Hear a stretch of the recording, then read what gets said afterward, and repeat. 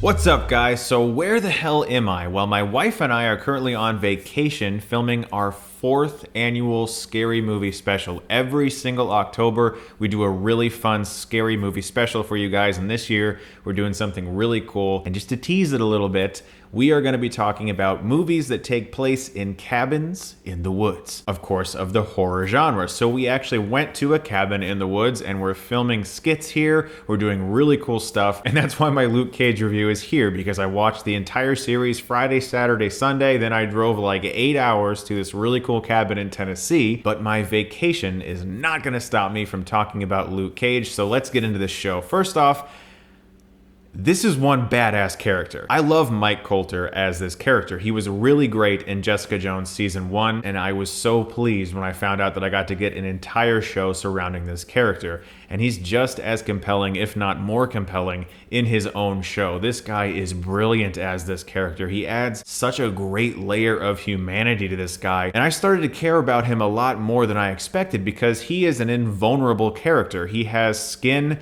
that's essentially steel. He has super strength. You can't really do much of anything to the guy in regards to hurting him, and so the show uses emotional torment very wisely as the things that hurt this character. And that's one of the best things about Luke Cage, the fact that it doesn't focus as much on the fact that he is a superhero, and it focuses more on building him as a character and making him interesting and making the people surrounding him and his environment interesting. And this being the third of the Marvel Netflix shows after Daredevil and Jessica Jones, we can see now that that really is what they're focusing on: character. Yeah, Daredevil's awesome and he kicks a lot of ass, but the show is really a character-driven show, as was Jessica Jones, which didn't focus that much on her superhuman abilities. Luke Cage is very similar, and this first season to me was very satisfying because it did focus more on character, and it made me care about him. I wanted to see what was going on in his world more so than seeing him beat up a bunch of people, which, trust me, when that happens, it's pretty awesome. And Mike Colter is such a badass in this role. He owns every minute of screen time he gets. The supporting characters in the show are also very good, especially Misty Knight, a detective who is on Luke Cage's trail, trying to figure out where all of these bodies are originating, these dead bodies that are showing up all over Harlem. Theo Rossi as Shades finally gets a role that's not in When the Bow Breaks. Oh, man. Painful flashbacks. He was suitably over the top, and it worked for his character. He says everything very fast, with pauses, and very deep. You know, we need to take out Luke Cage, and you need to do it for me. He was like the kid in Malcolm in the Middle who had breathing problems. The character of Mariah Dillard, played by Alfre Woodard. I'm so sorry if I pronounced her name wrong, because she is so great in this show. And it's a character with a lot of layers. She starts out one direction, you think you know where this character is going. And without spoiling anything, there's a turning point in this show. At about the halfway point, that's integral to the direction of the show. And once certain things happen, I had no idea where the show was going. It was completely unpredictable. And from that moment on, I was watching a show where I genuinely had no idea what was going to happen, because I was positive things were progressing in a certain way. And when something occurs that changes all of that, I was really surprised by that. And that's hard to do because, you know, I've seen so many films and TV shows. It's really hard to have something truly subvert your expectations, and Luke Cage did it in one specific regard that I can't really get into. It's unfortunate that Alfre Woodard was also in Civil War as a completely different character, because that kind of messes up the MCU continuity, and that was a mistake, I guess, on the casting of Civil War's part. Whatever, I can overlook it because mistakes happen. There's also the evil character known as Cottonmouth, who is the biggest gangster in all of Harlem. He's like the Frieza of Harlem. He's killing his own henchmen, he's killing tons of innocents left and right, but he does it under the guise that he is in some way cleaning up Harlem, that he is adding something to Harlem despite despite his horrific acts. And this guy's played by Mahershala Ali, who was one of the best parts of Free State of Jones, or Cinematic NyQuil as I like to call it, and played to a T. You can see that he's relishing every moment he's on screen,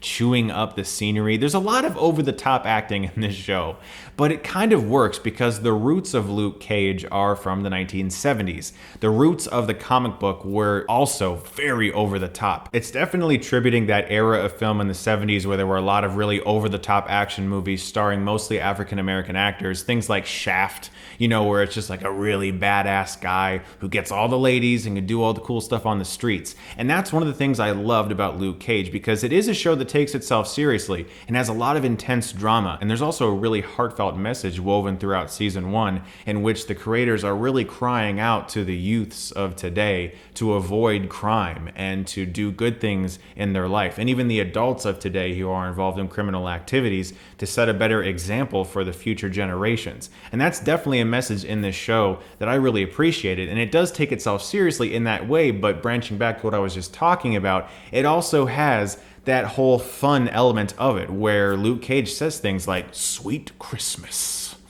You know, he acknowledges his silly, awesomely fun roots. And I gotta say, I thought about this a lot. I think Luke Cage season 1 has my favorite score of any MCU film or TV show. The music in this show is euphoric. I love jazz already, so that kind of helps. But it has a lot of really great modern hip hop mixed with contemporary jazz and classic jazz. It's a really, really cool score. As for flaws with the first season, it gets narratively inconsistent.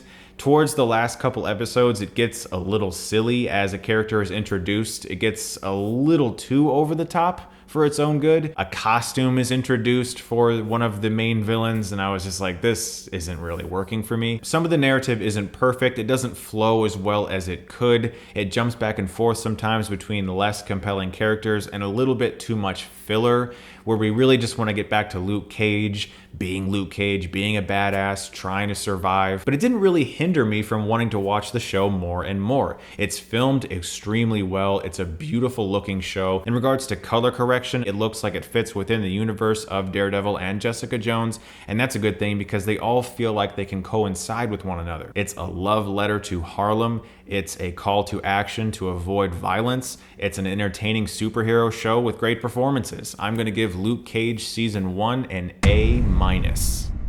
I'm looking forward to Iron Fist and the Defenders. Netflix is really owning the superhero scene right now.